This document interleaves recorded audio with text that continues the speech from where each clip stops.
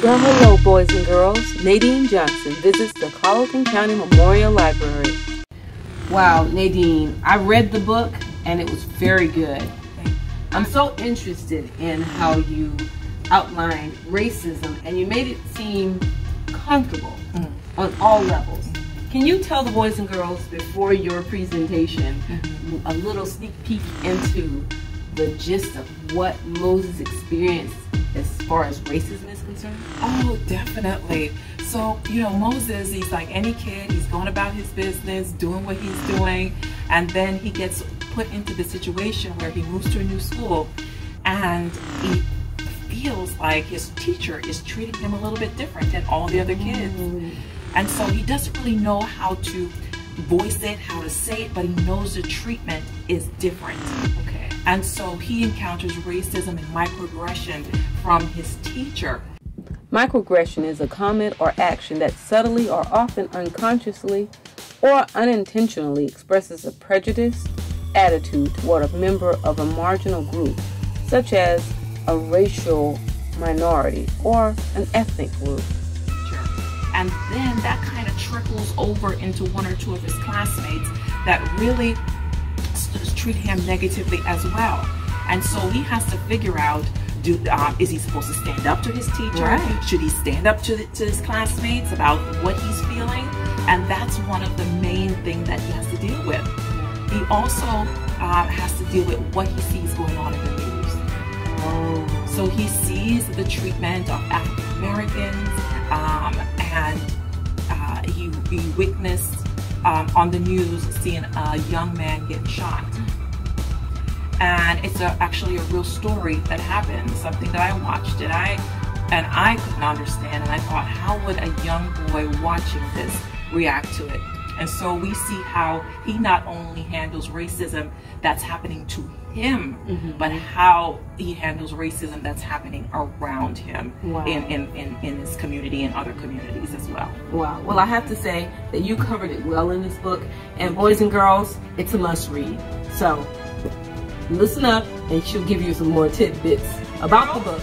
We are excited that you are here with us, at least on YouTube. And I think you're going to enjoy this program today. You see, she is a friend of mine of many, many years, and she is just a great author. Not only that, she's an illustrator, she's a graphic designer, she's a teacher, she's a mother. Enough about what I think. Let's let you decide what you think about our author, Nadine Johnson. Nadine! Yes. Hi, how are you? I am good. Thank you for having me. Thank you for coming. We would love to hear about your new book, so take it away. All right. Thank you, Miss Sheila. First, let me thank Miss Sheila, Miss Sue, and the Colleton County Memorial Library for bringing me here today. It's always a joy to come here and introduce my books and what I've been doing lately. So first, let me tell you just a little bit about myself. As Miss Sheila said, I'm a teacher. I'm a middle grade math teacher. So I'm used to being around kids all day, all the time. And I'm also an author. And I'm going to talk to you today about my new book. It's called I Write Rhymes. But before I get into this middle grade novel, I think it's important to tell you how I got started into writing a little bit.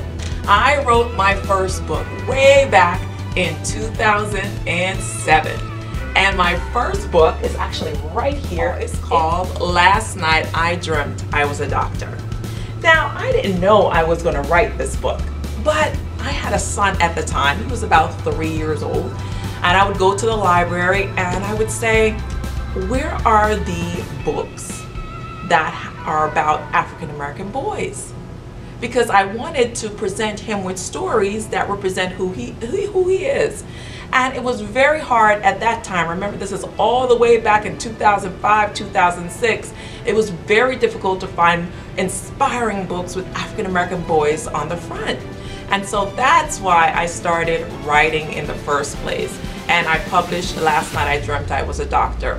Not necessarily to turn him into a doctor, but to really get young kids to start thinking about what they want to be when they grow up. So I started the series Last night I dreamt I was a doctor. Then this last night I dreamt I was a musician. And then last night I dreamt I was a teacher. So those are the 3 books in the series. And then I guess the writing bug hit me. And I kept writing more books and more books and more books. Because when you have ideas, you have no choice but to continue to write them. And so the publishing industry is sometimes very difficult to maneuver. And so I decided to create my own company. So you can create your own company and publish your own books, which is what I did. My company is 123 Mango Tree, and you can find it at 123mangotree.com. And so if you're interested in writing and you want to just do it the way you want to do it and get it out there, you can start your own company. All right? So that's how I got started into writing. Now, why did I write this new book? Well, I had given up on writing, meaning I had put a pause on it for a while to do other things. But one day I met a young woman and she told me a story about a teacher. And this woman and her class went on a trip. And the teacher said something so negative to this little 3rd grade boy, one of her friends, that she believed that it forever impacted his life in a negative way.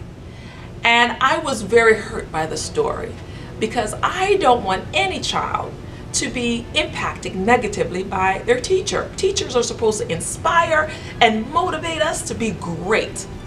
And so the story she told me just stayed in my heart, and for about a year. And I just kept remembering it, and I thought, I have to redeem that child somehow. And I decided to write about the story. So she brought the idea to me because I wasn't thinking of writing any more books, but she brought the idea to me. And it stayed with me. I thought about it for about maybe 2 years. The idea lived in my head. And I started writing the story in my head before I even wrote it down on paper. So you can think about a story before you even write it. And I thought about it. I thought how I can put the story together, how I can make a strong character, a beautiful 12-year-old boy who's in 8th grade, who stands up for himself. And so finally the ideas came to me and I just poured it out on my computer and wrote I Write Rhymes.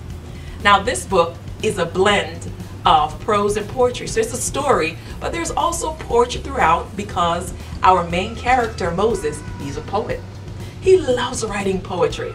And so he uses poetry to help get through the difficult times in his life. Or even when he's having a great time, he writes poetry. And so throughout this book, you'll find some of his poetry as well. So I Write Rhymes is really about a boy named Moses. And Moses finds out his family is going to be changing, and he doesn't take it very well. And so he has to move to a new school, and that's where he encounters racism for the very first time. Now, that's a very deep topic. However, the way it's written, you're not going to leave feeling heavy. You're going to leave, after you read this book, you're going to feel hopeful about what you can do and the positive energy that you can put out into this world to change this world. So we have some very deep topics that we talk about in this book, but like I said, the way it's written, you're going to leave feeling hopeful. We talk about self-confidence. We talk about finding our self-worth and really learning self-control. We talk about all the things that young people need to learn, and through Moses, you're going to learn how to do those things, how to think positively about yourself, how to control your anger and things you can do to make it through difficult times in your life. And so I want to share a little bit of this book with you today and hope that it motivates you to read this book. You can come to the Colleton County Memorial Library and check out a copy and read it for yourselves. I encourage parents to read it. I encourage teachers to read it and to read it with their students, to have great discussion about the way our world is and about our place in the world.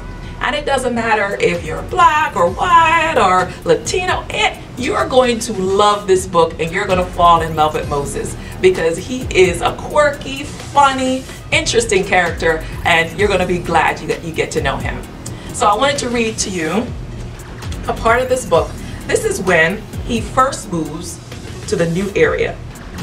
And he doesn't really know what the area is about. He doesn't really know if he'll make any friends or anything like that. And he sees a boy outside playing basketball. And his dad is trying to encourage him to go out and try to make friends, but he doesn't really want to go. So his dad says, okay, I'll unpack your stuff if you go. And then he decides to go. So I want to read to you the interaction between Moses and Danny, his new neighbor. He says, the boy could be my age, but he's definitely taller. His James 23 jersey hangs loose like his long sweaty hair. He can hoop. I couldn't make any of the shots he's sinking. The basket looks as high as the real thing too. He has one of those portable ones with a cement block on the bottom to keep it from blowing away. I shuffle across the street and wave like a dodo. Hey, what's up? Hey, dude. He passes the ball between his hands. Y'all moving in? Yeah, I was unpacking. I'm Moses. Danny. He sinks a three-pointer. You go to Southern Academy? Only nerds go there, Danny says. I got into Bell Charter High this year.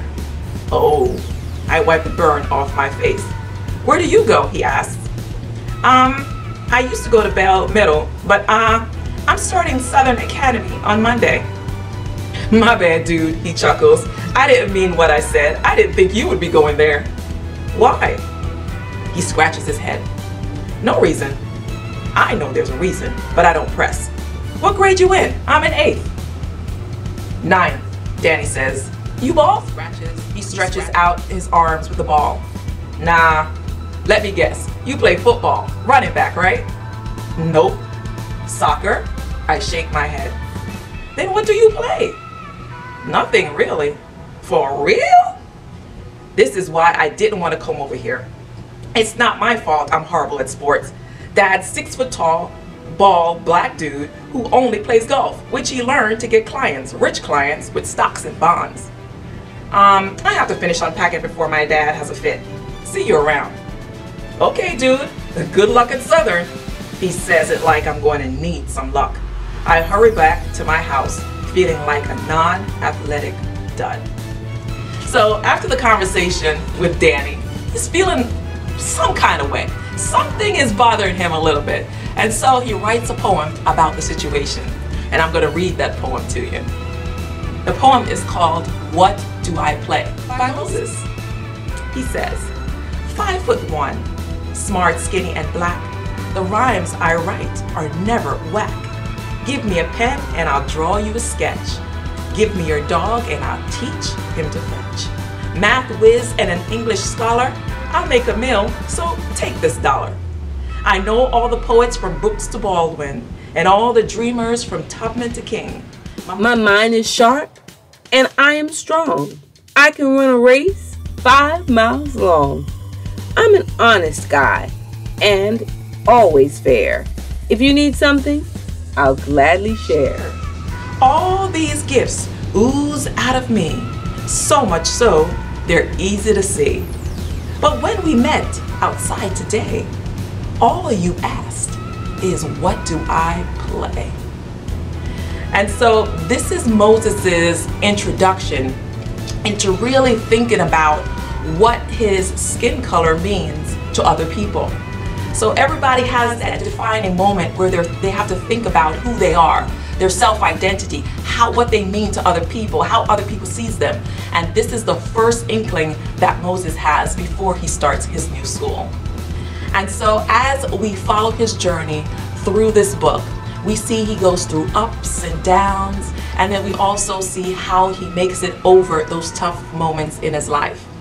And so I wanted to read to you another poem where Moses has learned from his mother to really think about, or how he's feeling, to trust his intuition. Because your intuition usually tells you when not to do something or when to go ahead and do it. So there's a part in this book where his intuition tells him not to do something, but he doesn't listen. Not all his fault. He kind of is forced to do it. But at the end he realized, boy, I shouldn't have done this. And so I'm going to read to you his poem called Intuition. This is again by Moses. It says, my intuition speaks. Something reeks. My stomach churns, my heart burns. My palms sweat, I start to fret.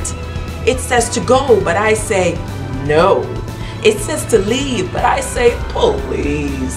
I feel a sharp pain, it drives me insane. My intuition speaks. Boy, listen when I speak. All right, so that's a part of his growing up as well, a part of him maturing throughout this book. And then there are times when he feels really bad and he writes about it, and by writing about it he gets to feel a little bit better about the situation. And so I'm going to read you another poem that really addresses how you can get to a point where you think things are so tough, but if you just write about it, it can help you get over the hump. And so he writes a poem called I Want Out. He says, I want out of the box that is your brain. I want out of the city that stepped on my name. I want out of the country that has become so lame. I want out of the world that is driving me insane. And so he wrote the story when he's witnessing what's going on TV, the trauma that's happening in the world, the divisiveness. So this is a poem he wrote about that time. But he learned after writing this to talk about it. And he talked about it with his dad, who helped him to get over this, the sadness that he was feeling. And throughout this book, you're also going to see Moses maturing. He tends to handle things with anger, but throughout this book, you're going to see him gradually learn how to deal with his anger and how to really think about things before reacting. And so he wrote a poem, and it's all on this bookmark here, and it's called Regret. This is when he's kind of coming to terms with learning that anger doesn't really solve anything. All right, so he wrote this poem called Regret, and he says, I get upset and start to sweat.